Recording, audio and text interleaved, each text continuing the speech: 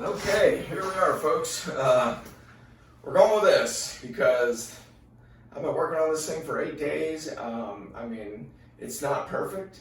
It is. I'm happy with it. There's things I want to do better. There's things I can always fix in the future. But again, I'm just kind of over the finish right now. This thing isn't a.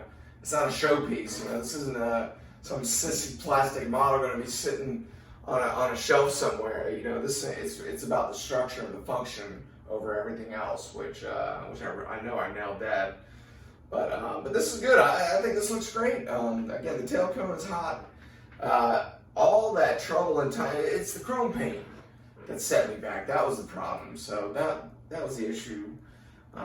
Set me back on time and material and experimenting because I didn't want to let the color go. And after all that work and trouble, I basically ended up with a simple, kind of silvery gray, which is actually very prototypical. I mean, that's almost exactly the color the prototype used. This is for the most part really what an Irish rocket looked like. It's an interesting rocket actually, but that thing would scoot.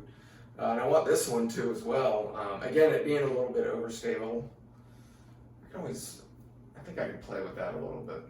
But still, these big fans and that extra surface area in the back, you're going to want some speed off the pad. So I'm looking for those kind of flights with it.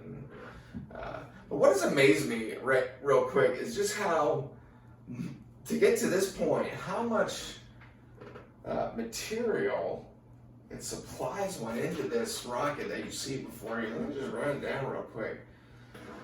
50 small mixing cups and 50 spoons. 50. So that means I mixed up at least 50 batches of epoxy. A whole box of gloves. That's 100 gloves. I do not have a single glove left. 5 packages of regular JB Weld. 3 packages of JB Quick Weld. 5.5 bottles. These are the 20 gram size CA. This is like my new favorite product, I think. This is Gorilla Glue Impact Tough Formula. It's the thicker CA, so you can work with it better. This stuff is amazing, actually. I mean, it really is. But anyway, I used 5.5 bottles of this. This is bottle number 6, but there's still some in there.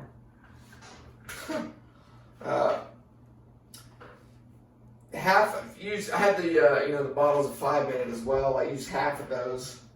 So, half of my 5-minute epoxy kit. 1.5 cans of that chrome paint. Those are the small cans. 1.25 cans of gloss white. And those are the huge cans, the big ones. 1.25 cans gloss white, 1 can of primer, a little bit of red. A whole 27-ounce bottle of that floor polish, the Revive It floor polish. A whole roll of that blue tape for this. A whole roll of that. A 12-foot by 9-foot plastic drop cloth that I used for masking. I used almost that entire thing up till there's nothing left. 3/4 of a tub of that wood filler. And dozens of pieces of sandpaper to get to this. I mean, just it really is amazing. But it's a solid rocket, man.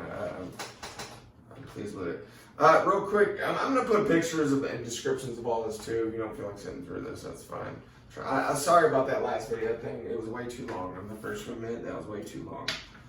So anyway, I want to demonstrate real quick the camera situation. We've got this little spy cam, it's like a pen cam, and this is the lens here. So I can cover the lens to protect it and then open it. So that's the lens. It shoots out that way. That's the record button. So I'm looking at this thing and I realize that here's what I came up with. Because this is what I want. It kind of covers the 2 things I want. It's not perfectly downward facing, but it is mostly downward facing. And it also has the external record button so I can click it on and off from outside the rocket, not turn it on and have to run it for God knows how long while you're putting the thing on the rail and wait your turn for it to launch and who knows. So anyway, I figured out, I can mount this a certain way where inside, kind of sits like that. It's very low profile. But I can get it where, so this, I didn't mount the switch band yet, but I'm gonna soon. Mount that switch band just like that. And this thing, I can get that thing secured in there like this. And here's the lens, open, boom, record. And you see, you know that this is outer body tube, the switch band. So you see, I mean, it's like, I mean, it's not much more than a rail button. I wonder if the Airstream would push that button down. I don't know about that. I don't know. What the hell, we'll give it a shot. But I mean, look at that, right in the switch band. So I take it out, and it doesn't. I can turn it on. There's a little indicator light that lets you know it's ready. So once I see that, I'm like, okay. So final check, boom. Put it in the attached to the payload section. Boom, shot cord. This guy's sticking out, and boom, just hit record whenever I'm ready. Whenever the rocket's ready to go. So that's pretty nifty, man. One of my ideas, actually, I think is going to work pretty well. The image quality is not great at all. Somebody come up with a different camera rig. I've learned that 1080p does not mean good image quality. The two are mutually exclusive. So, but anyway, very low profile, good angle, and can control it from the outside. There it is. And yeah, that hole's a little big because it does have to kind of lean down. And so you need a little clearance there, but that's going to be up in the body tube, so that's covered. So I'll install it and do that whole setup, I think, tonight, so you can see what that looks like. But that's the idea. I don't see why not. I really don't. I'll do some test videos with it once I get it on there, see if I can see the fins through it. Again, there's a setting on there, but the instructions are in poorly written, poorly translated Chinese, I think. Of course, it's Chinese. But anyway, that's what I'll do. I really like the looks of that, and hopefully. But anyway, I couldn't figure out how to go from. I don't know if it's stuck on 720p maybe, or if it is on 1080p and the image is poor. But I was using it in sort of bad lighting, and it does recommend using it outdoors. So I think in daylight it would look a lot better. I'll try it out tomorrow when I get a chance. So yeah, this is it. I mean, I'm just done masking. I'm done sanding. I'm done painting. I'm happy with the finish, man. I went with a this. I don't know how this looks on here. Can you even see the end? Yeah, you can. This is I had this idea because I wanted this to look like all one unit. Hopefully I pulled that off, but this did not come out as smooth as I wanted, even though it's the color and reflectiveness that I want. This is just tin foil. The paint, because once you put the polish on, it just kind of goes that silver, flat silver color, not the shiny like aluminum or chrome color. So I said, this is aluminum, why not aluminum foil? And I know you can smooth out aluminum foil, but you gotta be careful with it, because if you do it too much, it'll dull permanently. But I had this thing on the body, because this body is very smooth. You look at this and you're like, oh my God, is that what the surface is? No, it isn't. But that is the adhesive underneath the CA that I used. And it's also coated with CA over the top and polish. But like this came out pretty good. This one here, this is probably the worst of the bunch. I really struggled with that one and recovered. I'm probably gonna trim those with my knife a little bit, but you know, just from 20 feet away, it looks fantastic. It's really gonna look good in flight and on the launch pad and all that. So, but yeah, I think I experimented with it and pulled it off. One thing I learned about this: there's nothing on here that can't be ripped off or sanded off or blasted off or burnt off or dissolved off and started anew. That I've learned. So that gives you a little bit of confidence in experimenting. That's what it's all about, right? A little trial and error, a little old-fashioned, little old-school backyard experimentation. I love the red too. I felt it needed a splash of color, and I really did. And the original IRS prototype, while it didn't have this specific paint job. It did usually have the roll pattern. It generally had the silverish gray end, and then it did have a shiny recess in here. I don't know if that was a bow tail or not, though. Maybe a little bit of one. Remember, that thing was all motor. You know, that whole booster section of the prototype was just all motor. So it wouldn't have bow tailed down much back there. So, but it did have something like this around the paint job. But yeah, I threw the red on there. I thought it was a nice touch. And it also, it will help me spot the roll, because I'll tell you something. I don't know if I'm seeing things or, oh my God, I don't know, man. This thing might be, it might have some spin stabilization involved here, which, you know, I totally engineered into the build. But I don't know if that, I don't know what that twist that I had the issue with might have returned a bit somehow. I don't know, man.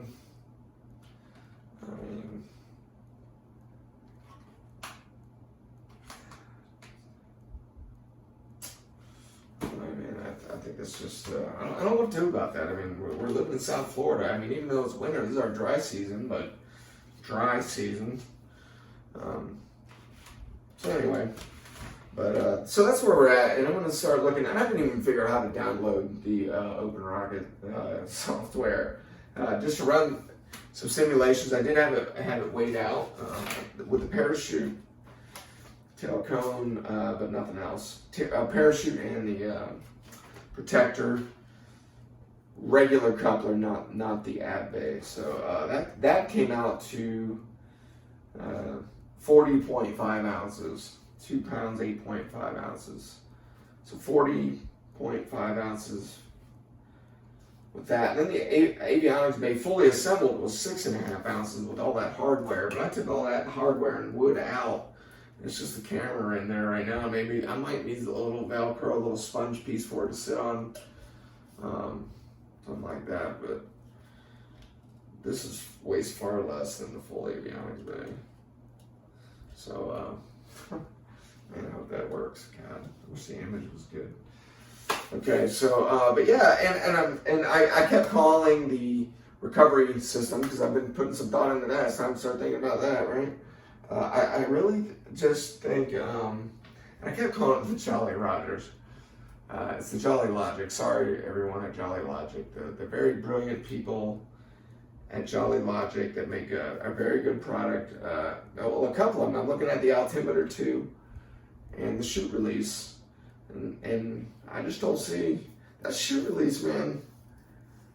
That just seems, I mean, there's nothing bulletproof in this hobby, that's for sure, but that just seems far more reliable to me, because there's so much less that can go wrong, it seems, than having these altimeters with wired connections, and you know how they're mounted, black powder charges. I mean, to me, it's a small miracle you guys pull it off as frequently as you do, you know, with such regularity. I mean, there's so many failure points in that, you know. Whereas this one, yeah, I mean, yeah, tangles and you know, equipment failure, all that aside, I just think there's just far less involved, far less that can go wrong. It's just, I mean, all that thing does is it's just the simplest of little beep, beep. It's nothing.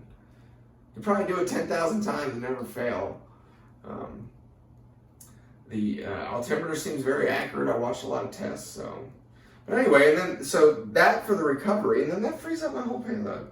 Frees up all this. This is all me up here. It's all me. Because of the Jolly Logic shoe release. And the altimeter too, which is nothing. I certainly don't need that huge avionics bay. Nothing against them, or nothing against the avionics bay product, or the use of them, or anything like that. But it's just, I mean, there's nothing to it. You can almost mount it to the shock cord. It has that loop on there where I think it's where you just tether it just like the other thing, but they're about the same size. You know, they have these little protectors you put them in. I don't know, man, because I don't give a damn about all that. I'm not trying to be overly complex at all. I'd rather have it work and function and be simple. I just love the idea. I just free up all that space, all these complex electronics, and it's not just the electronics, the device that you have to create here to fire 2 parachutes at 2 different altitudes. Oftentimes the backup's involved, and there's just a battery and switches and wiring that you have to, I don't know. Here it's just like, okay, that's done. That's gonna, and again, I don't see why you couldn't use it as drogue and main. The drogue and the main, I just don't see why. I got a 15-foot shock cord here. So about 14-foot shock cord. I can always make one longer, but drogue comes out, main comes out behind it. Or the main comes out first, which I don't know which might be best. Main come out, drogue comes out behind it. They both come out together. One's reefed, the other one opens. And then, probably, say 400 feet, this one opens. That's exactly what happens in dual deploy. The only difference is you got the payload section in between them, as opposed to coming out of the same section here and attached to this bulkhead. You attach this bulkhead right here. So they're coming out, that's the only difference. But couldn't you just separate them down the shock cord? A distance that would make it safe to open. And then boom, you got your drogue. And again, I'm strongly considering a streamer. Am I getting too far outside of the norm here? I don't see. Streamers are kind of weird. You got to figure them out too. They find the right material and get it cut down and make sure it folds up and spreads out. A lot of material, you just squeeze it like this, and it just stays like that. Or it gets all kinked up and creased, which is no good. So I gotta look into that too. But streamer for visibility. And then the streamer and the main come out, and then boom, the main opens. I don't even think a streamer could almost just like drape over a parachute. It'd probably just slide off it, if it fell on top of it. But those are the things I'm considering. I'm happy with the progress on the camera. Even if that camera isn't the greatest, I can always use that ab bay and that switch band and that hole that I've already made and get another camera in there. But that's a good experimental camera, and I can give it hell.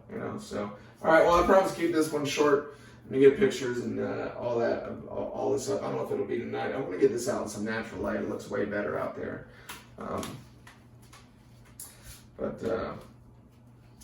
So that's it, and I'll get the pictures up as soon as I can. Talk to you guys later.